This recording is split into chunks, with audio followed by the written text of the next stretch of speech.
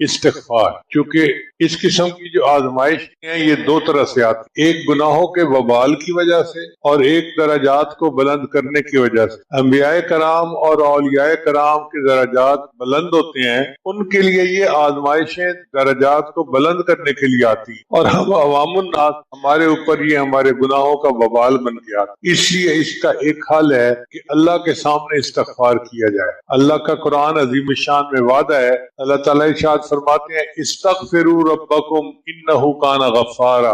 اللہ کے سامنے استغفار کرو، وہ گناہوں کو بخشنے والا ہے. یرسل السماء علیکم مدرارا، تمہارے اوپر بارشوں کو برسائے گا.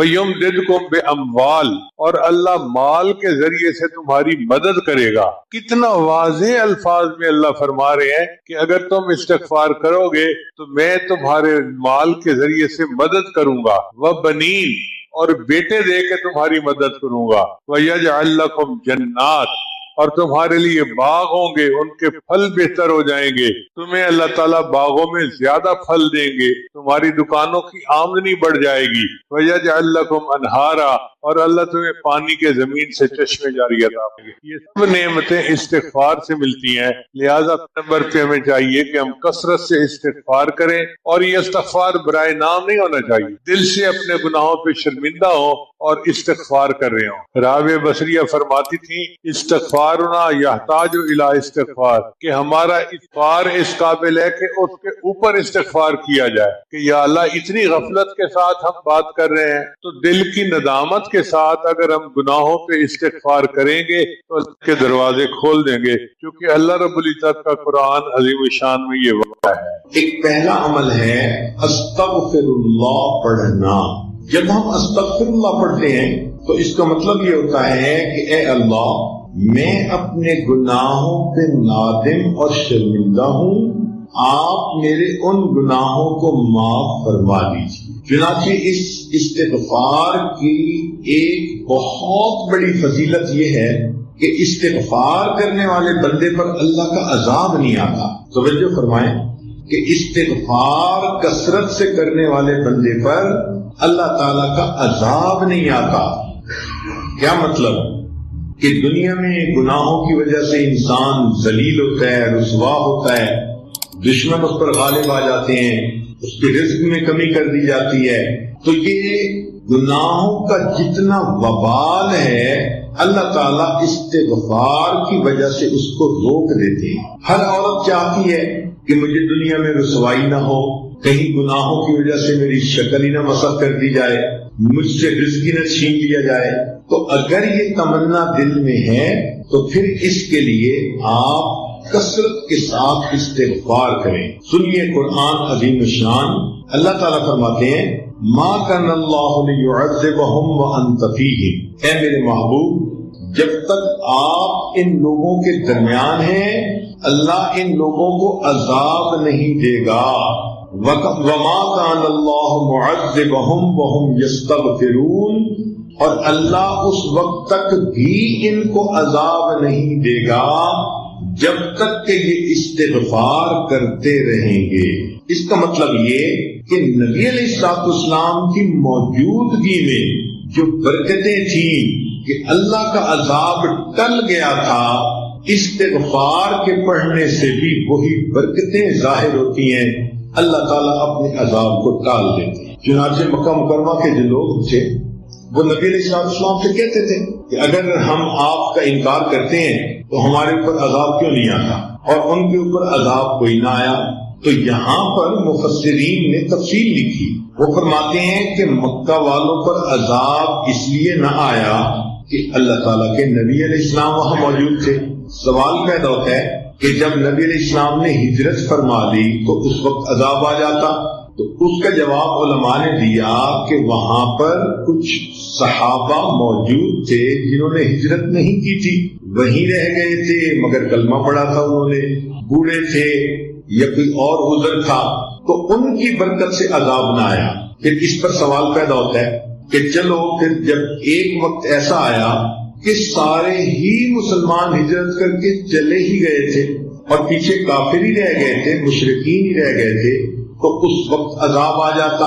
تو مفسرین نے لکھا کہ ان مشرکین کی عادت تھی کہ جب یہ طواف کرتے تھے بیت اللہ کا تو غفرانک کا لفظ کہا کرتے تھے. غفرانک کا اے اللہ ہماری مغفرت کر دے، یہ بھی استغفار ہے.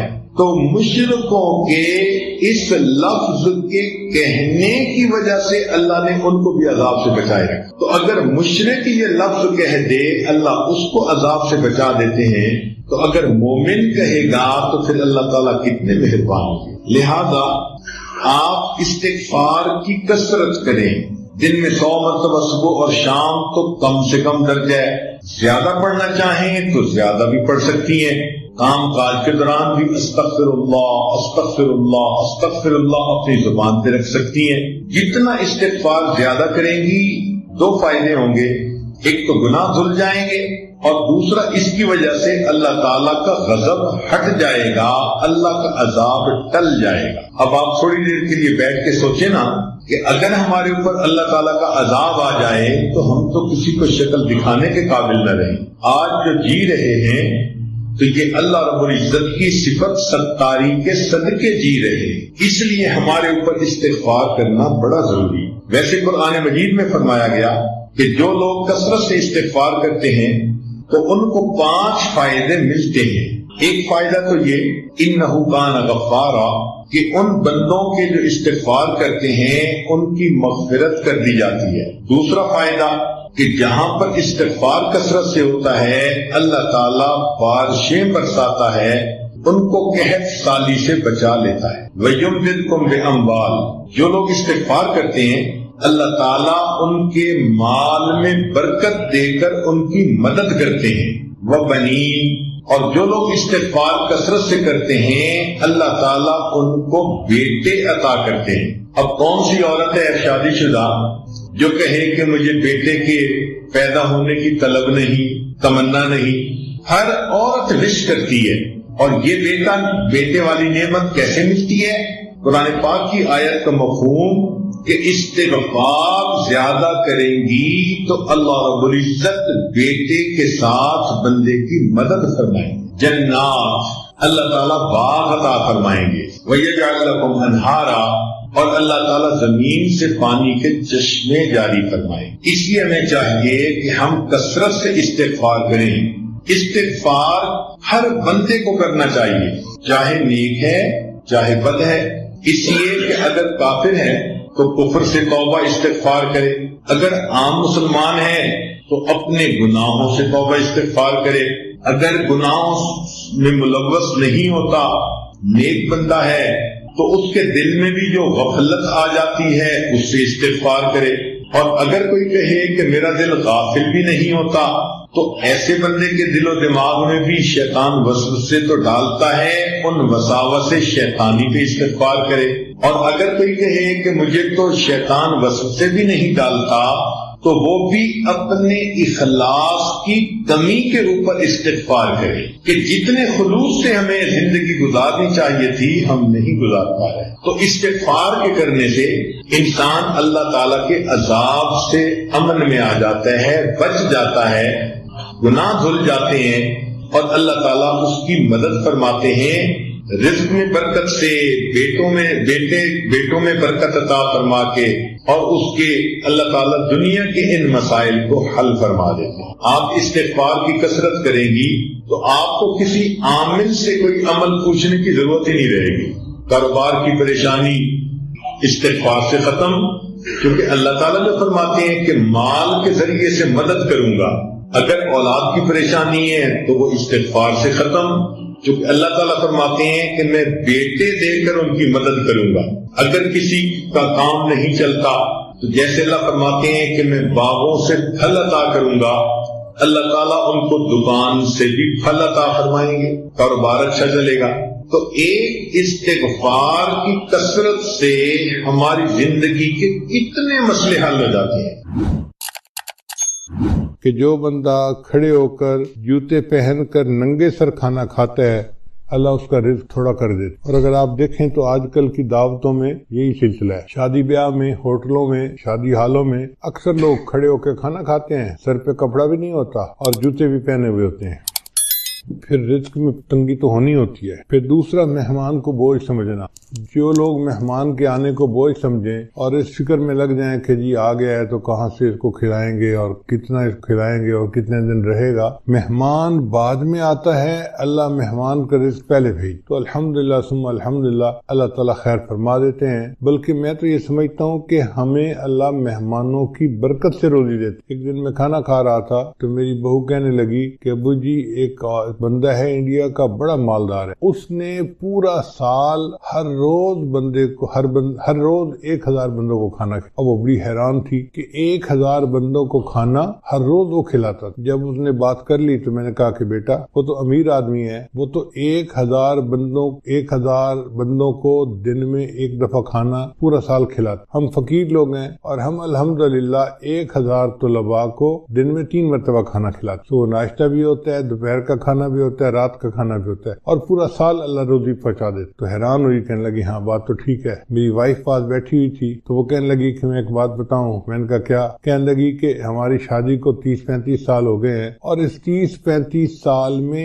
ایک دن بھی ایسا نہیں گزرا کہ ہمارے گھر میں مہمان کا کھانا نہ بنے۔ میں نے اللہ کا شکر ادا کیا کہ یا اللہ تیرا کرم اور تیرا احسان ہے کہ الحمدللہ 35 سال میں ہر روز مہمان کا کھانا گھر میں بن رہا ہے، ایک دن بھی ایسا نہیں کہ مہمان گھر میں نہ۔ تو میں تو یہ سمجھتا ہوں کہ اللہ ہمیں رزق جو دیتے ہیں وہ مہمانوں کی وجہ سے دیتے، تو مہمان نوازی سے کبھی پریشان نہیں ہونا چاہیے۔ پھر تیسرا سبب ہے بغیر بسم اللہ پڑھے کھانا کھا لینا، ہاتھ دھوئے بغیر کھانا کھا لینا۔ یہ بھی بیماری عام ہے، دسترخوان لگے ہوتے ہیں، نہ ہاتھ دھوئے جاتے ہیں، نہ بسم اللہ پڑھی جاتی ہے، نہ کھانے کی دعا پڑھی جاتی ہے، جس وجہ سے پھر تنگ دستی آ جاتی ہے اور اس کے دروازے بند ہو جاتے۔ پھر کھانے کے برتن کو صاف نہ کرنا، یہ بیماری بھی عام ہے۔ ہم لوگ کھانا کھاتے ہیں اور کچھ تھوڑا سا کھانا آخر پہ بچا دیتے، حالانکہ اسی کھانے میں برکت ہوتی ہے۔ سنت یہ ہے کہ اگر 3 لقمے کھانا موجود ہے تو اس کو تو چھوڑ دیں تو کوئی اور کھا لے گا، چلو بھائی۔ اگر اتنا کھا لیا کہ 3 لقمے رہ گئے، اس کو خالی نہ چھوڑیں، اب اس کو پلیٹ کو اچھی طرح صاف کر دیں تاکہ اللہ کی نعمت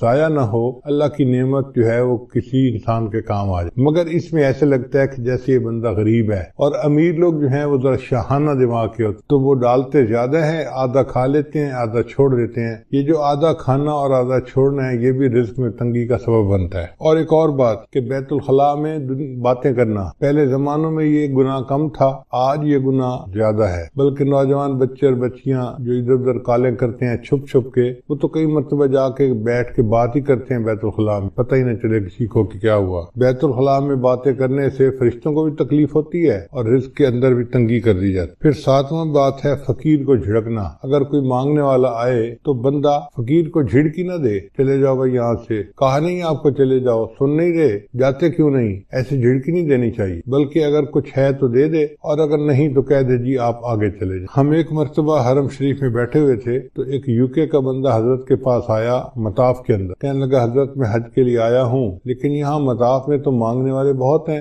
ہر تھوڑی دیر کے بعد کوئی فقیر آ جاتا ہے مانگنے والا، اب سمجھ نہیں آتی کہ ہم کس کو دیں اور کس کو نہ دیں۔ اگر ہم ہر کسی کو دے دیں تو ان کی تو عادت بگڑ جائے گی، تو دل چاہتا ہے کہ ان کو نہ دیں، اور اگر ہم نہ دیں تو پھر کون دے گا، تو دل چاہتا ہے دے بھی صحیح، تو اب فیصلہ کرنا مشکل ہوتا ہے۔ تو اب بتائیں کہ ہم کس کو دیں، ہمیں کیسے پتہ چلے کہ کون مستحق ہے اور کون مستحق نہیں ہے؟ حضرت نے اس کی ساری بات کو سنا اور پھر فرمایا کہ اچھا یہ بتاؤ کہ اللہ نے جو تمہیں دیا ہے تم اس کے مستحق ہو؟ اس نے کہا نہیں۔ تو حضرت نے فرمایا جب تم اس کے مستحق نہیں اور اللہ نے پھر بھی تمہیں دے دیا ہے، تم بھی اللہ کے خلق کو اپناؤ، دے دو، مستحق ہے یا نہیں یہ تمہارا مسئلہ نہیں، یہ اللہ کا مسئلہ۔ تو بندہ چپ تو ہو گیا، مگر اس کے دل میں سوال تو بہرحال تھا، تو حضرت نے بھانپ لیا کہ اس کے دل میں سوال ابھی باقی ہے، تو پھر حضرت نے اس کو بات پیار سے سمجھائی۔ حضرت نے فرمایا کہ دیکھو وہ بندہ تمہارے پاس مانگنے آیا ہے، مان لیا کہ وہ صاحب حیثیت ہے اور عادتاً مانگ رہا ہے، تم اسے اس لیے دے دو کہ اللہ کا شکر ادا کرو کہ اللہ تو نے مجھے دینے والوں میں سے بنایا، لینے والوں میں سے نہیں بنایا۔ یہ بھی تو ہو سکتا تھا اللہ تجھے اس کے حال میں ڈال دیتا اور تو لوگوں سے مانگ سکتا، تو اللہ تعالیٰ کی اس نعمت کا شکر ادا کرتے ہوئے دے دیا کرو کہ اللہ تو نے مجھے لینے والا نہیں، تو نے مجھے دینے والا بنایا ہے، میں تیرے نام پہ دے رہا ہوں۔ اس پہ اس کے دل کے اندر تسلی ہو گئی اور اس نے حضرت کے ماتھے کا بوسہ لیا اور خوش ہو کے واپس چلا گیا۔ تو اس لیے اگر کوئی فقیر آئے تو اس کو جتنا دے سکتے ہیں دیں، اور اگر نہیں دے سکتے تو پیار سے کہیں جی آپ آگے چلے جائیں، اس کو جھڑکی نہ دیں، اس کو ڈانٹ ڈپٹ نہ کریں۔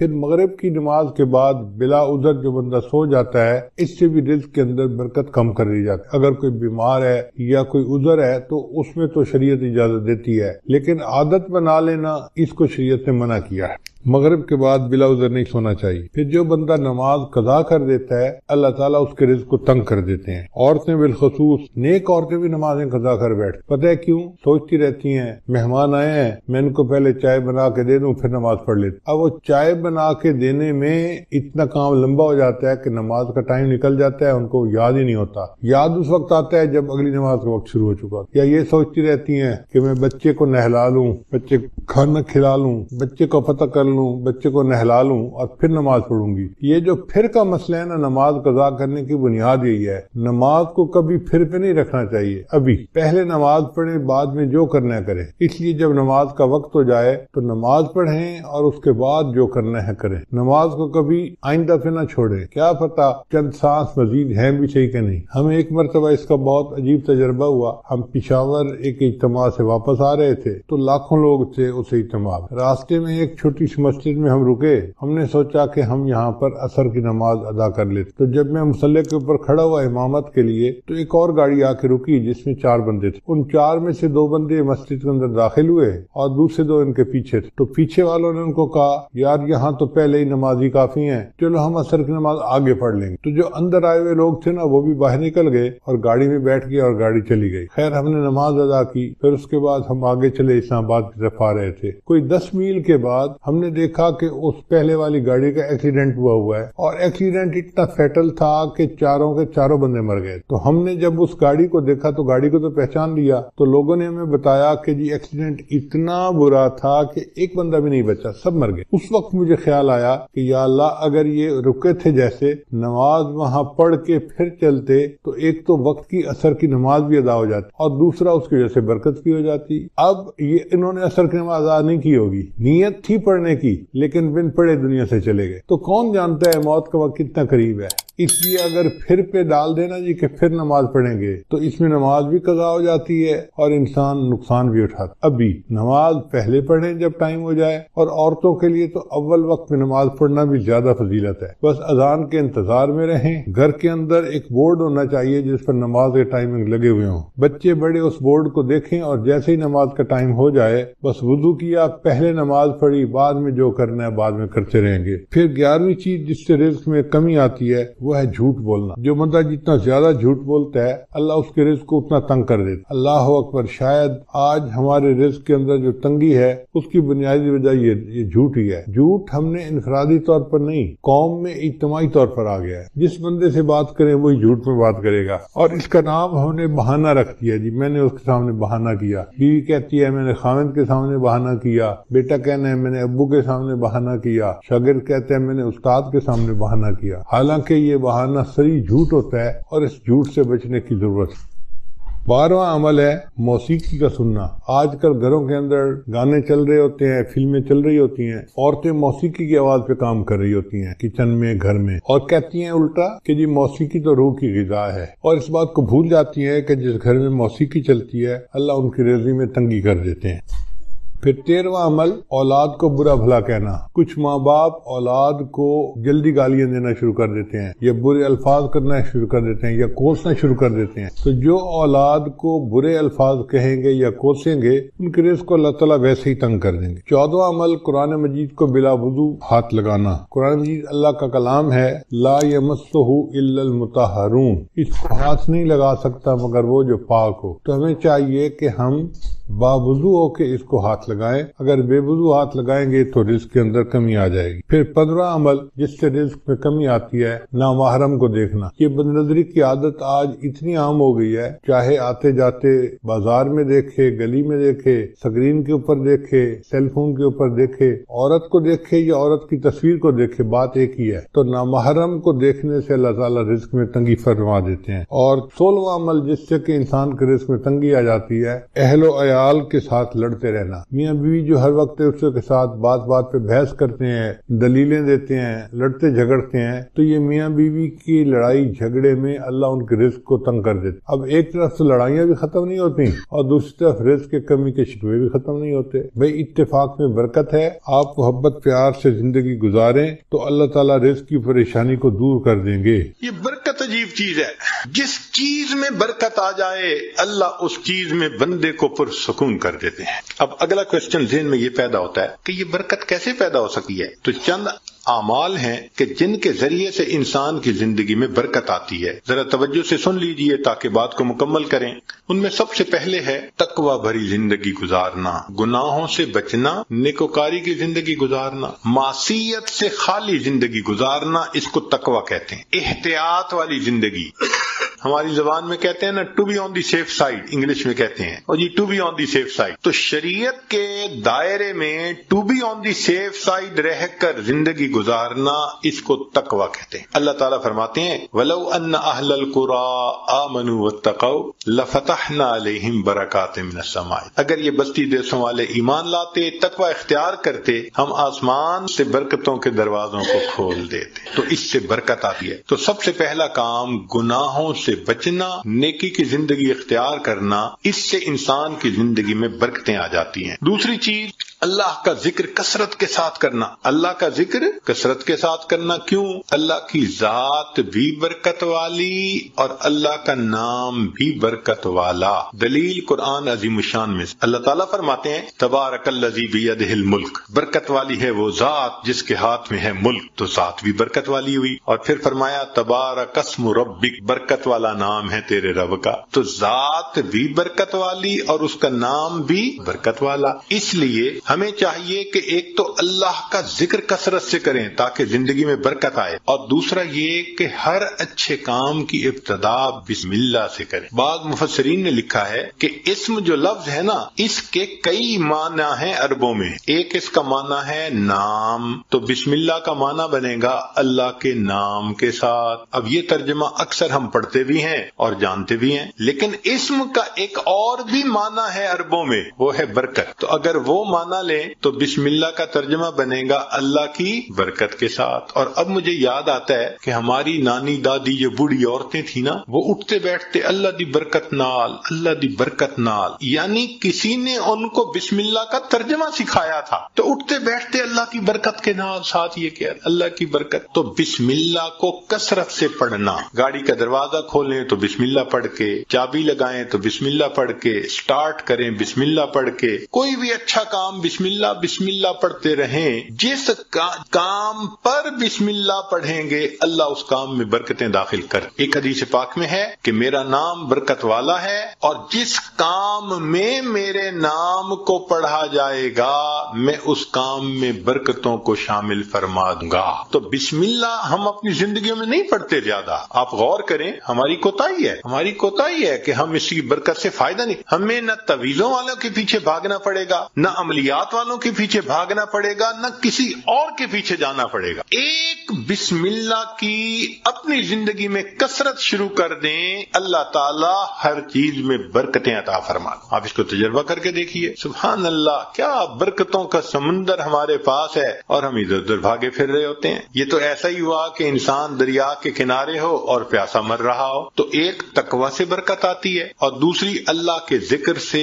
اللہ کے نام سے، بسم اللہ کو مختلف اوقات میں کاموں سے پہلے پڑھنے سے انسان کے عملوں میں، کاموں میں برکت آ جاتی ہے۔ اور تیسری چیز کہ انسان کی دعا، اس سے بھی زندگی میں برکت آ جاتی۔ دعا سے برکت، جی خود دعا کریں، ماں باپ سے دعا کروائیں، پیر استاد سے دعا کروائیں، دعائیں لیں، دیکھیں برکتیں کیسے آتی ہیں۔ ایک ہوتا ہے دعا کروانا اور ایک ہوتا ہے دعا لینا، ان میں فرق ہے۔ آج ہم سب لوگ دعائیں کرواتے پھرتے ہیں، اور دعائیں لینا یہ ہوتا ہے کہ انسان اتنا اچھا بنے بنے، نیک بنے کہ اس کا چہرہ دیکھ کے ماں باپ کے دل سے دعا نکلے، پیر استاد کے دل سے دعا نکلے، دوست کے دل سے دعا نکلے، یہ ہوتا ہے دعائیں لینا۔ بیوی بچوں کے دل سے دعا نکلے، کیا ہم ایسے ہیں کہ ہمیں دیکھ کے کسی کے دل سے دعا نکلے؟ ہوک تو نکلتی ہوگی جو ہم ستاتے ہیں بیوی کو یا ستاتے ہیں بچوں کو یا اپنے ساتھیوں کو، تو ہمیں دیکھ کے لوگوں کے دل سے ہوک تو نکلتی ہوگی کہ اس نے ہمارے ساتھ کتنا برا کیا۔ کاش کہ ہم دعائیں لینے والے بنتے، دعا سے برکت۔ ذرا سنیے، ابو ہریرہ رضی اللہ عنہ نبی علیہ السلام کی خدمت میں حاضر ہوئے، اے اللہ کے حبیب صلی اللہ علیہ وسلم میں باتیں آپ کی سنتا ہوں بھول جاتا ہوں، تو نبی علیہ السلام نے دعا دی، ایسی دعا ملی کہ فرماتے ہیں اس کے بعد میں بات سنتا تھا، مجھے بات بھولتی ہی نہیں تھی۔ انس رضی اللہ عنہ نے نبی علیہ السلام کی خدمت کی 10 سال۔ نبی علیہ السلام نے ایک مرتبہ دعا دے دی، اے اللہ اس کے رزق میں، عمر میں، اولاد میں برکت عطا فرما۔ فرماتے ہیں اللہ نے میرے رزق میں اتنی برکت دی کہ لوگوں کے پھلوں کا باغ تھا تو سال میں 1 مرتبہ پھل دیتا تھا، اور میرا پھلوں کا باغ سال میں 2 مرتبہ پھل دیتا تھا۔ اور فرماتے ہیں کہ اتنی میری آمدنی تھی کہ میں لکڑی کاٹنے والے کلہاڑے سے سونے کی ڈلیوں کو توڑا کرتا تھا۔ ذرا غور کیجئے، لکڑی کاٹنے والے کلہاڑے سے سونے کی ڈلی کو توڑا، تو وہ ڈلی کتنی ہوتی ہوگی؟ تولوں میں تو نہیں نہ ہوگی، تو کلوز میں ہی لگتا ہوگی کہ جو لکڑی کاٹنے والے کلہاڑے سے توڑتے تھے۔ اتنا سونا اللہ نے دیا، مال اتنا دیا، برکت اللہ نے۔ فرماتے ہیں کہ اولاد میں اللہ نے اتنی برکت دی کہ 100 سے زیادہ پوتے پوتیاں نواسے نواسیاں میں نے اپنی آنکھوں سے دیکھے، 100 سے زیادہ۔ اللہ اکبر کبھی، اللہ نے برکت دے دی۔ ایسی برکت تھی ان کے رزق میں کہ ایک صحابی ان کے گھر آئے، میں یہ بات سنا کے ذرا آگے بات پڑھاتا ہوں۔ ایک صحابی ان کے گھر آئے، کھانا کھایا تو انس رضی اللہ عنہ نے اپنی باندی سے کہا کہ بھئی تولیہ لاؤ، ہاتھ ان کے دھلائے ہیں تو وہ پوچھ لیں۔ وہ تولیہ لائی تو تولیہ میلا تھا۔ انس رضی اللہ عنہ نے ڈانٹا، دیکھ نہیں رہی تم اتنا میلا تولیہ لے کے آئی؟ وہ کہنے لگی بس تھوڑی دیر، جیسے ہم کہتے ہیں نا ویٹ اے منٹ۔ اس نے بھی کہا جی ویٹ اے منٹ، میں آتی ہوں، اور وہ سیدھا گئی اور آگ جل رہی تھی، اس نے جا کے تولیہ اندر ڈال دیا۔ اب مہمان حیران ہے، تولیہ آگ میں ڈال دیا۔ تھوڑی دیر کے بعد اس نے تولیہ نکال دیا، صاف شفاف تولیہ، اور وہ لے کے آئی اور کہ پلیز پلیز ہاتھ آپ اپنے جو ہے نا اس سے صاف کر لیں۔ وہ کہتے ہیں گرم گرم تولیے، صاف ستھرا، میں نے اس سے ہاتھ تو خشک کر لیے۔ میں نے انس رضی اللہ عنہ کی طرف دیکھا تو پوچھا یہ کیا معاملہ ہے؟ تو انس رضی اللہ عنہ مسکرائے، کہنے لگے اصل میں میرے پاس ایک مرتبہ اللہ کے حبیب صلی اللہ علیہ وسلم تشریف لائے تھے، میں نے آپ کو کھانا کھلایا تھا اور ان کو ہاتھ خشک کرنے کے لیے تولیہ دیا تھا، جب سے اس تولیے کو میرے آقا صلی اللہ علیہ وسلم نے چھوا ہے، آگ اس کو اب جلانے سے باز آ گئی۔ یہ میلا ہو جاتا ہے، ہم تنور میں ڈالتے ہیں، آگ میل کچیل کھا لیتی ہے، صاف تولیہ ہم باہر نکالتے ہیں۔ تو بھائی انہوں نے خدمت کی، اللہ کے حبیب صلی اللہ علیہ وسلم نے دعا دی۔ آپ بھی ماں باپ کی خدمت کر کے دعائیں لیں، بیوی بچوں کے ساتھ اچھا سلوک کریں، دعائیں لیں، دوست احباب سے دعائیں لیں، تو دعائیں لیں پھر دیکھیں برکتیں کیسی آتی ہیں۔ تو دعا سے بھی انسان کی زندگی میں برکت آتی۔ چنانچہ حضرت اختر تھانوی رحمۃ اللہ علیہ نے لکھا ہے کہ ایک ماں باپ تھے، ان کے 3 بیٹے تھے، تو جب جائیداد تقسیم ہونے کا وقت آیا تو ایک بھائی جو سب سے چھوٹا تھا نا، وہ کہنے لگا کہ بھائی تم دونوں ساری زمین پیسہ لے لو، والدین کی خدمت مجھے دے دو۔ وہ بڑے خوش ہو گئے کہ چلو بھائی ساری جائیداد ہم مل گئی اور یہ کرے خدمت۔ اس نے خدمت کی۔ اب اس کے والد اس کو ایک نصیحت کیا کرتے تھے کہ بیٹا بس جس چیز میں برکت نہ ہو وہ نہ لینا، ہمیشہ وہ چیز لینا جو برکت والی ہو۔ بہت کہتے رہتے تو اس بچے کا مائنڈ سیٹ ہو گیا تھا کہ میں نے ہمیشہ برکت والی کوئی چیز۔ ماں باپ فوت ہو گئے، اس نے ایک دن خواب میں دیکھا، کہنے والے نے کہا بھائی تم جو ہے نا وہ فلاں جگہ جاؤ تو پتھر کے نیچے 50 دینار پڑے ہوئے ہیں، لے لو۔ تو چونکہ مائنڈ سیٹ تھا برکت والا، تو اس نے پوچھا ان 50 میں برکت ہوگی؟ کہنے برکت نہیں ہے۔ انہوں نے کہا مجھے نہیں چاہیے۔ صبح اٹھا، بیوی کو خواب سنایا تو بیوی ماشاءاللہ پھر بیوی ہوتی ہے، کہنے لگی لے لو جا کے۔ اس نے کہا بھائی برکت نہیں، میں نہیں لوں گا۔ اس نے کہا نہ لینا، ذرا جا کے دیکھ تو لو نا، پڑے بھی ہیں یا نہیں۔ اس نے کہا دیکھنے بھی نہیں ہے۔ خیر بات چلی گئی۔ اب کچھ دنوں بعد پھر اس نے خواب دیکھا، کہنے والے نے کہا بھئی فلاں جگہ 10 دینار رہ گئے ہیں، وہ لے لو جا۔ اس نے کہا برکت ہوگی؟ اس نے کہا برکت نہیں ہوگی۔ اس نے کہا مجھے نہیں چاہیے۔ صبح اٹھ کے بیوی کو خواب سنایا، اس نے کہا دیکھا آپ نے 40 کا نقصان کر دیا نا، پہلے لے لیتے تو 50 ملتے۔ میں تو اب بھی کہتی ہوں میرا مشورہ تو یہی ہے کہ جاؤ 10 ہی لے لو۔ اس نے کہا بھئی برکت والے نہیں، مجھے نہیں چاہیے۔ 10 بھی گئے۔ پھر کافی دنوں کے بعد خواب آیا، کسی نے کہا بھئی 1 دینار رہ گیا ہے، جاؤ اور فلاں جگہ سے لے لو. اس نے کہا برکت والا ہوگا؟ اس نے کہا ہاں برکت والا. وہ صبح اٹھا، بیوی کو سنایا اور جا کے برکت والا دینار لے لیا. جب گھر لا رہا تھا تو اس کے دل میں خیال آیا ابھی بڑا عرصہ گزرا، کبھی کوئی اچھی ڈش نہیں بنی اور مزے کا کھانا نہیں کھایا، آج اللہ نے یہ 1 دینار دے دیا ہے تو چلو کچھ لے جاؤں. تو وہ گیا، مچھلی بک رہی تھی بڑی ساری، اس نے لے لی. مچھلی لے کے گھر آیا، بیوی کو کہا کہ دیکھو بھئی وہ دینار مل گیا تھا، میں نے اس میں سے کچھ خرچ کر کے یہ مچھلی لے لی کہ تم آج پکاؤ، کھانا تو اچھا کھائے نا آج. نے کہا بہت اچھا. اب وہ جب مچھلی کو تیار کرنے لگی تو جب کاٹا تو اس کے پیٹ میں ایک ہیرا تھا، ڈائمنڈ تھا. اب اس نے اس کو نکالا تو چمکتا ہوا ڈائمنڈ. کہا میں تو جیولر کے پاس لے کے جاؤں گا. جیولر کے پاس لے کے گیا تو وہ دیکھ کے کہنے لگا تمہیں یہ ملا کہاں سے؟ کہا مجھے تو مچھلی کے پیٹ سے ملا. اس نے اس کو تولا، وہ اتنے کیرٹ کا ڈائمنڈ تھا کہ جب اس نے اس کی پیمنٹ کی تو اس بندے کے ساری زندگی کے خرچے سے وہ قیمت زیادہ تھی. ایک ہی مرتبہ اللہ نے پوری زندگی کا خرچہ دے دیا. اس کو کہتے ہیں برکت. ہمیں اصل میں کسی نے سکھایا ہی نہیں شروع سے کہ یہ بھی ایک مانگنے والی چیز ہوتی ہے. ہم اللہ سے یہ تو کہتے ہیں کہ ابھی 1000 پاؤنڈ ہے تو اللہ مجھے 2000 پاؤنڈ دے دے، 3000 دے دے. یہ تو کبھی نہ مانگا. اللہ جو آپ نے دیا ہے اس میں برکت دے دیجئے، اسی میں برکت مل جائے. یقین سے عرض کرتا ہوں ہماری پریشانیاں آج ختم ہو جائیں. ہمیں کم نہیں دیا اللہ نے، لیکن ان میں چونکہ برکت نہیں، مسئلے حل نہیں ہوتے تو اللہ سے برکت مانگ. تو وہ برکت ملتی ہے تقوی سے، وہ برکت ملتی ہے بسم اللہ کے پڑھنے سے، اللہ کا ذکر کرنے سے، دعا سے، ماں باپ کی دعائیں لینے سے، اور وہ برکت ملتی ہے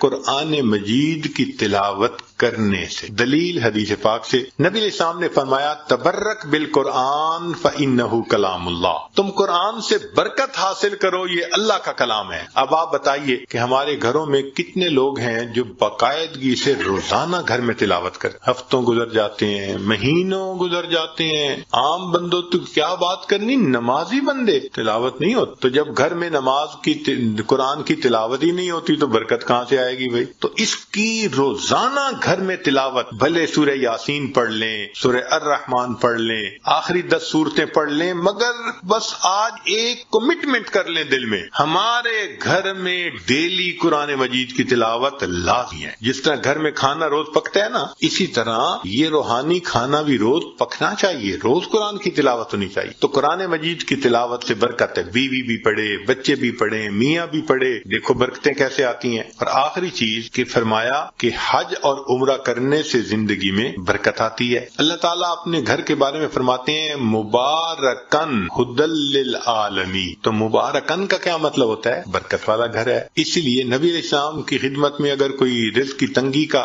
کہتا تھا نا تو نبی علیہ السلام فرماتے تھے جاؤ حج یا عمرہ کر کے آؤ. اور ایک حدیث پاک میں ہے بار بار حج یا عمرہ کرنا انسان کے رزق کی تنگی کو ختم کروا دیتا ہے. تو ظاہرہ تو لگتا ہے کہ اس کے اوپر 1000 پاؤنڈ لگیں گے، مگر اخلاص کے ساتھ اگر کرے تو یہ نہیں پتا چلتا کہ بھئی 10 کے بدلے اللہ تعالیٰ 10,000 واپس دے دے. تو ان اعمال سے برکت بڑھتی ہے. ہم ان اعمال کو اپنائیں تاکہ اللہ رب العزت ہمیں برکتیں عطا فرمائیں. اب آخری بات کہ کچھ اعمال سے تو برکت بڑھتی ہے اور کچھ اعمال سے برکت گھٹتی بھی ہے، وہ بھی پتہ ہونا چاہیے. یہ نہ ہو کہ وہ عمل کرتے پھریں جو برکت ختم کر دیتے ہیں. تو برکت گھٹتی کس سے ہے؟ نمبر 1 بدنیتی سے گھٹ. جو بدنیت انسان ہوگا نا اس کی زندگی میں برکت نہیں ہے، برکت نہیں ہوگی. کئی ہوتے ہیں نا نیت کے کھوٹے، برا سوچنا، نیگیٹو تھنکنگ، بیوی کے بارے میں بھی نیگیٹو تھنکنگ، ماں باپ کے بارے میں بھی، دوستوں کے بارے میں بھی، دفتر میں کام کرتے ہیں وہاں نیگیٹو تھنکنگ. جو نیگیٹو تھنکنگ والا بندہ ہوگا نا اس کی زندگی میں کبھی برکت. اللہ اکبر کبیرہ. ایک شعر یاد آ رہا ہے پنجابی کا، آپ حضرات کو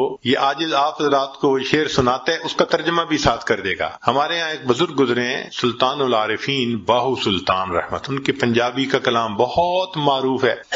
فرماتے ہیں جے ناتیاں دھوتیاں رب ملدا تے ملدا کمبیاں مچھیاں. اگر نہانے دھونے سے خدا ملتا تو مچھلیوں کو اور کچھووں کو خدا مل جاتا. ہر وقت ہی نہاتے دھوتے رہتے ہیں. یہ سر منایا رب ملدا تے ملدا بھیڑاں سسیاں نو. اگر سر منڈانے سے رب ملتا تو ایک بھیڑ کی قسم ہے، سر پہ بال نہیں ہوتے باقی پورے جسم پہ ہوتے ہیں، تو اس کا تو سر ویسے ہی منڈا ہوا ہوتا ہے، اس کو خدا مل جاتا. یہ ذکر کیتے ہیں رب ملدا تے تے ملدا کال کڑیچین، ایک پرندہ ہوتا ہے کالا سا، وہ شام کو لٹک جاتا ہے کہیں اور ساری رات آواز نکالتا رہتا ہے، تو کہتے ہیں وہ تو ساری رات ذکر کرتا ہے، اس کو خدا مل جاتا۔ جے جتیاں ستیاں رب ملدا تے ملدا دانداں کھسین، پاک دامنی سے خدا ملتا تو جو خسی بیل ہوتا ہے وہ تو مادہ کی طرف آنکھ اٹھا کے بھی نہیں دیکھتا، اس کو بھی خدا مل جاتا۔ تو یہ باتیں کر کے فرماتے ہیں یہ ناتیاں دھوتے ہیں رب ملدا تے ملدا کنبیاں مچھیاں، یہ سر منایا رب ملدا تے ملدا بھیڈاں سسیاں نو، ذکر کیتے ہیں رب ملدا تے ملدا کال کڑیچیاں نو، اور جتیاں ستیاں رب ملدا تے ملدا دانداں کھسیاں نو، اور آخر پر فرماتے ہیں رب ملدا تے ملدا نیتاں اچھیاں نو۔ اللہ اگر ملتا ہے تو اللہ اچھی نیت والوں کو ملتا ہے۔ تو بھائی نیت اچھی ہوگی تو زندگی میں برکت ہوگی، اور نیت بری ہوگی تو زندگی میں بے برکتی ہوگی۔ کتنے لوگ ہیں شرکت کا کام کرتے ہیں اور اپنے شریک کا پیسہ ہتھیانے کی نیت کی ہوئی ہوتی ہے، داؤ لگا رہے ہوتے ہیں۔ کتنے کاروبار والے ہیں کسٹمر کو داؤ لگانے کی نیت کرتے ہیں۔ تو بھائی نیت ہی اچھی نہیں تو برکت کہاں سے آئے گی؟ تو بدنیتی سے برکت ختم ہو جائے۔ مولانا روم رحمۃ اللہ نے ایک واقعہ لکھا ہے، سن لیجئے ذرا، موقع کے مناسبت سے ہے۔ ایک بادشاہ تھا، اس نے گرمی کے موسم میں سفر کیا تو بہت تھکا ہوا تھا اور پیاسا تھا۔ اس کو اتنی پیاس تھی کہ لگتا تھا کہ میری جان چلی جائے گی۔ تو اس نے ایک انار کا باغ دیکھا، اتر پڑا، باغ کے مالک سے کہا کہ بھائی جاؤ کوئی انار کا جوس پلاؤ۔ وہ باغ کا مالک گیا اور جا کے ایک گلاس بڑا بھر کے لایا انار کے جوس۔